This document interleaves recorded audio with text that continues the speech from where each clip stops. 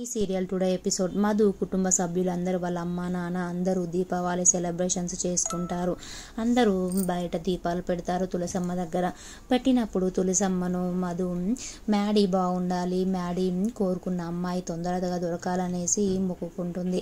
అలాగే లోహిత కూడా నేను అనుకున్న జీవితం తొందరగా నెరవేరాలి, లగ్జరీ లైఫ్ నాకు రావాలి, వరుణ్ వాళ్ళ అత్తయ్య మామయ్య మా మ్యారేజ్ని యాక్సెప్ట్ చేసి తొందరగా వాళ్ళ ఇంటికి తీసుకెళ్ళాలి మమ్మల్ని అనేసి కోరుకుంటుంది. అప్పుడు మ్యాడీ ఏంటి లోహి అలాగే మధు మీరిద్దరు బాగా కోరుకుంటున్నారు తులసమ్మను అనేసి అంటారు. అప్పుడు చంటి ఏం కోరుకున్నారు అక్క చెప్పండి అనేసరికి మధు మనసులో కోరుకున్న కోరికలు మళ్ళీ చెప్పకూడదు, చెప్తే అవి నెరవేరవు చంటి అనేసి చెప్తుంది. అప్పుడు లోహి నాకు బాగా ఆకలిగా ఉంది అనేసి అంటుంది.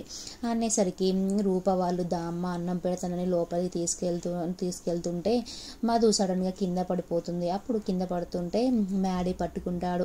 లోహి అసలు వీళ్ళిద్దరూ ఎప్పుడు కలవకూడదు అనుకుంటే మధు మాత్రం ఎప్పుడు మ్యాడీకి దగ్గరగానే ఉంటుంది, దగ్గర అవ్వాలనే చూస్తుంది అనేసి అనుకుంటూ కోపంగా ఇంట్లోకి వెళ్ళిపోతుంది. నాగవల్లి వాళ్ళ అక్క అలాగే వసంత ముగ్గురు గురూజీ దగ్గరికి వెళ్తారు.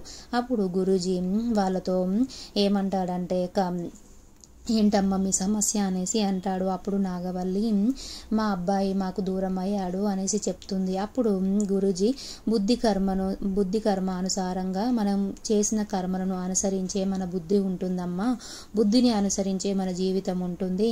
ఈ జన్మలో చేసిన కర్మకాలం ఏ జన్మలో చేసిన కర్మ అయినా జన్మలకి వెంటాడుతూనే ఉంటుందమ్మా.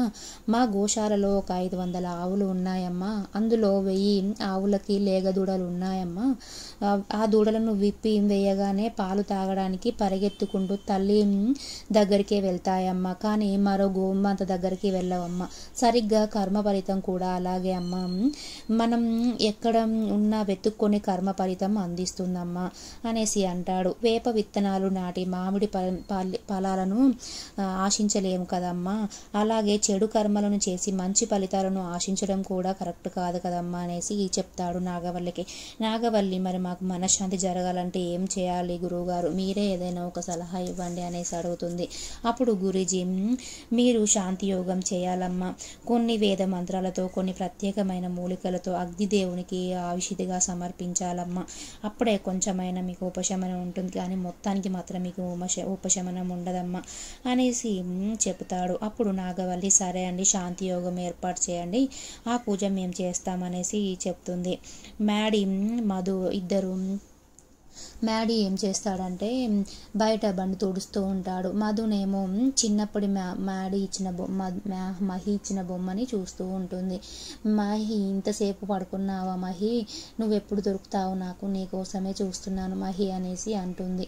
అప్పుడు దూరం నుంచేసి మ్యాడీని చూసి నువ్వు ఇక్కడే ఉండు మహి, నేను మ్యాడీ దగ్గరికి వెళ్ళొస్తాననేసి బొమ్మ అక్కడ పెట్టి మళ్ళీ మ్యాడీ దగ్గరికి వెళ్తుంది. మ్యాడీ ఈరోజు ఏంటి తొందరగా రెడీ అయ్యావు హ్యాండ్సమ్గా అనేసి అంటుంది. అప్పుడు మ్యాడీ నేను ఒక ఇంపార్టెంట్ పని మీద వెళ్తున్నాను మధు, నీకే చెప్దాం అనుకున్నాను, ఇంతలోనే నువ్వు వచ్చావు బయటికి అనేసి అంటాడు. అప్పుడు మధు దేవుడి దగ్గర బొట్టు తీసుకుని తనకి పెడుతుంది. నీ పని సక్సెస్ కావాలి మ్యాడీ అనేసి అంటుంది. అప్పుడు మధు వాళ్ళ నాన్న సుబ్బు వచ్చి మా అమ్మాయి మీకు ఎదురొస్తే కంపల్సరీ శుభమే జరుగుతుంది, మా అమ్మాయి మా ఇంటి లక్ష్మి, తను వచ్చిన కాంచే మాకు మంచి జరుగుతుంది అనేసి చెప్పేసరికి మ్యాడీ సరే మధు నువ్వే ఎదురురా నాకు అనేసి చెప్తాడు. అప్పుడు మ్యాడీకి మధు ఎదురొస్తుంది.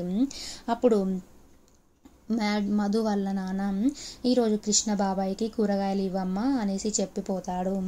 అప్పుడు మహి వెళ్తూ ఉండగా ఒక చిన్న బాబు హనుమాన్ గెటప్ వేసుకొని బస్ స్టాండ్లో ఉంటాడు. అప్పుడు మహి ఆ బాబును చూసి బండి ఆపి బాబు నువ్వేంటి మీ స్కూల్లో ఏదైనా ప్రోగ్రామా, ఈ గెటప్ హనుమాన్ గెటప్ వేసావు అనేసి అంటాడు. అప్పుడు ఆ బాబు స్కూల్లో గెటప్ వేయాలా లేదంటే వేయకూడదా అనేసి అంటాడు.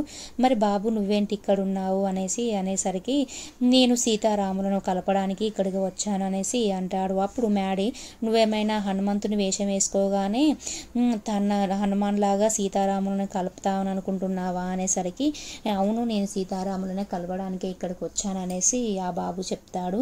ఆ బాబుని మ్యాడీ మీ అమ్మ పేరేంటి అనేసి అడుగుతాడు. అప్పుడు మా అమ్మ పేరు అంజలి అనేసి చెప్తాడు. మా అమ్మ తప్పిపోయింది, నన్ను మా అమ్మ దగ్గరికి తీసుకెళ్ళవా అనేసి అడుగుతాడు. అప్పుడు మ్యాడీ సరే తీసుకెళ్తాను రా అని స్కూటీ మీద తీసుకెళ్తుంటే మ్యాడీ ఎక్కడికి తీసుకెళ్ళాలనేసరికి హనుమాన్ టెంపుల్కి తీసుకెళ్ళు అని చెప్తాడు. అప్పుడు మ్యాడీ హనుమాన్ టెంపుల్కి ఆ బాబు అయినటువంటి హనుమాన్ గెటప్లో ఉన్న బాబుని తీసుకెళ్తూ ఉంటాడు.